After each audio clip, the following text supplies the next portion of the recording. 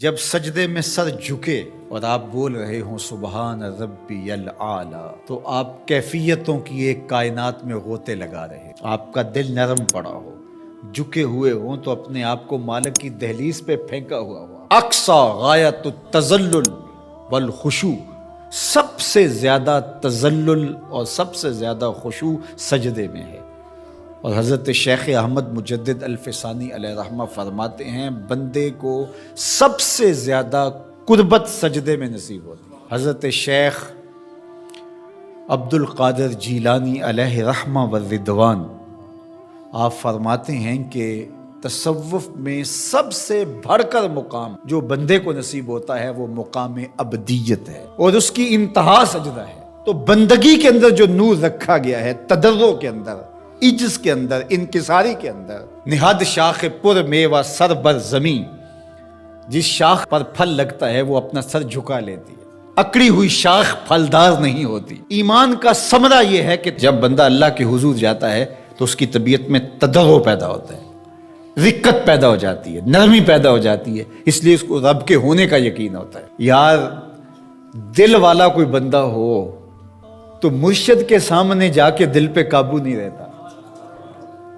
والد کے سامنے جا کے آنکھیں جھک جاتی ہیں اور دل نرم پڑ جاتا ہے، استاد کے سامنے طبیعت کے اندر رقت پیدا ہو جاتی ہے، اور یہ احساس کہ میں رب کے حضور کھڑا ہوں، یہ احساس ہی انسان کے بدن کے اوپر ایک کیفیت طاری کر دیتا ہے کہ میں کس کے حضور کھڑا ہوں۔ اللہ اکبر۔ اور حضور کے روضے پہ کھڑا ہو، مواج انور کے سامنے کھڑا ہو اور شور و غل کر رہا اور سیلفیاں بنا رہا اور ہاتھ میں جوتا بھی پکڑا ہوا ہو، یہ محبت نہیں، کچھ اور ہے، یہ محبت نہیں ہے۔ وہ کہا تھا سید سلیم گیلانی مرحوم نے، اللہ ان کی قبر پہ کروڑوں رحمت نازل، نظر سے جمال گنبد خضرا دیکھ رہا ہوں۔ اگر آپ کو شعر کا ذوق ہو، چونکہ یہ نعت خان جو ہیں اب تو نعت خون بن گئے ہیں، جس طرح یہ نعت کا خون کر رہے ہیں، اور پھر شعراء نے جو معیار نیچے کر دیا ہے نعت کا، استغفر اللہ، جس طرح کے بازاری لفظ نعت میں مندرج کیے جا رہے ہیں۔ نعت کہنا کوئی عام سا کام ہے؟ زباں ہو محو توصیف و ثنا تو نعت کہتا ہوں، بنے جب دھڑکنے صلی اللہ تو نعت کہتا ہوں۔ نعت کوئی معمولی چیز ہے؟ یہ حضور کی بارگاہ میں دست بستہ حاضری کا نام ہے، یہ ادب سے حضور کی بارگاہ میں پیش ہونے کا نام ہے۔ لے سانس بھی آہستہ کے دربار نبی، یہ حضور کی بارگاہ ہے۔ اللہ اکبر۔ تو اب سنیے ذرا، نظر سے جمال گنبد خضرا دیکھ رہا ہوں، نظر سے جمال گنبد خضرا دیکھ رہا ہوں، میں کون ہوں کیا دیکھ رہا ہوں۔ نظر سے جمال گنبد خضرا دیکھ رہا ہوں، میں کون ہوں کیا دیکھ رہا ہوں۔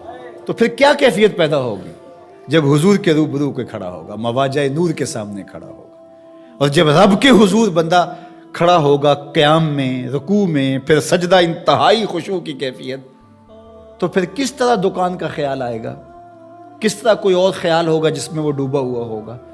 تو اگر یہ سب کچھ پھر بھی چل رہا ہے، کعبۃ اللہ کے سامنے کھڑے ہو کے بھی یہ سب کچھ چل رہا ہے، جس طرح گھر کی دیوار دیکھی ایسے کعبۃ اللہ کی دیوار دیکھی، کوئی فرق نہیں پڑا، تو پھر اس کا مطلب حلاوت ایمان نہیں ہے، تو وہ پھر پیدا کرنا پڑے گی۔ وہ حلاوت ایمان کا نتیجہ ہے کہ یہ چیزیں نصیب ہوتی ہیں۔ اس کا پھر عملی نتیجہ جو ثمرہ ہے وہ ملتا ہے کہ اللہ کی حلال کردہ چیز کو وہ حلال سمجھے گا، اور اللہ کی حرام کردہ چیز کے قریب جا ہی نہیں سکتا، اس لیے کہ رب کی ناراضگی کا سبب ہوگا۔ برائی کے اندر کی غلاظت جب کھل کے سامنے آ جاتی ہے تو پھر برائی میں اٹریکشن ہی نہیں رہتی۔ یہ برڈ فلو کا شوشہ چھوڑا گیا 2-4 سال پہلے تو لوگوں نے مرغی کھانا چھوڑ دی، مرغوب تھی، محبوب تھی، لذیذ تھی، گلی گلی بک رہی تھی، لیکن کاروبار ٹھپ ہو کے رہ گیا ایک وہم کی بنیاد پر کہ یہ بیماری پیدا کرتی ہے، لذت کام و دہن کو ترک کر دیا۔